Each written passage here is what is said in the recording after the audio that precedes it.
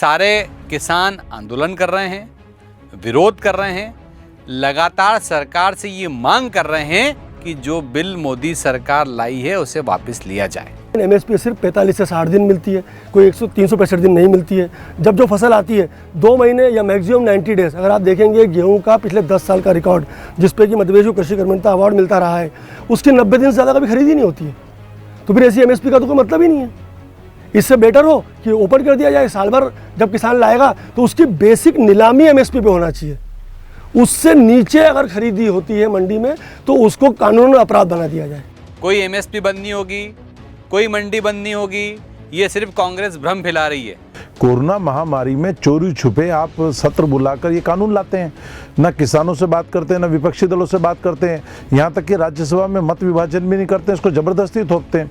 और जब देश भर का किसान आंदोलन कर रहा है, आज 23 दिन हो, किसानों का विरोध चालू होता है तो लगातार कृषि मंत्री से लेके आपके भाजपा के तमाम बड़े बड़े नेता किसानों को समझने में लगे और समझाने में लगे हैं कि इसमें आपत्ति क्या है, इसमें दिक्कतें क्या हैं। पहले दूसरे तीसरे दौर की बात में आया कि एसडीएम स्तर पर जो निर्णय करने का अधिकार दिया है उससे हम संतुष्ट नहीं, अपर न्यायालय में जाना चाहते। सरकार ने कहा हम संशोधन करने को तैयार है, अपर न्यायालय में जाइए। उन्होंने कहा कि हमको एमएसपी की लिखित गारंटी चाहिए, सरकार ने कहा कि हम लिखित गारंटी एमएसपी की देने को तैयार है। सरकार ने स्पष्ट करा कि मंडी व्यवस्था कहीं भी किसी भी स्तर पर समाप्त नहीं करी जा रही है।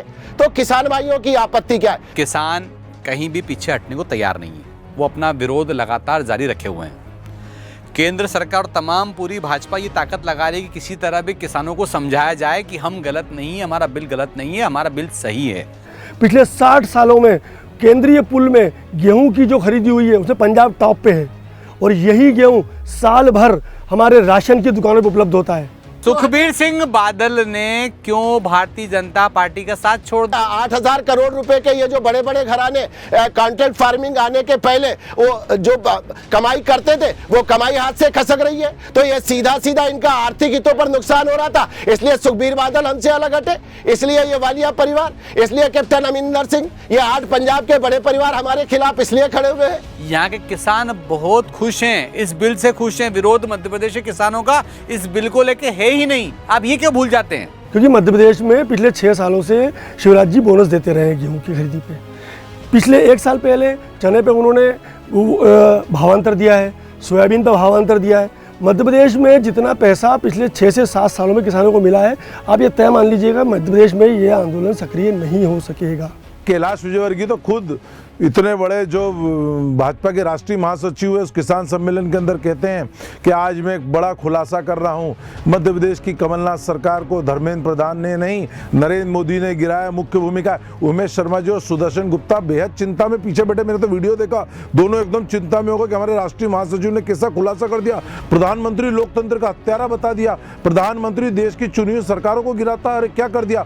दोनों बेचैन हो गए। मैंने वीडियो देखा, दोनों कानाफूसी करने लग गए कि कैलाश जी ने तो हमारी पार्टी को मरवा दिया, कैसा खुलासा कर दिया।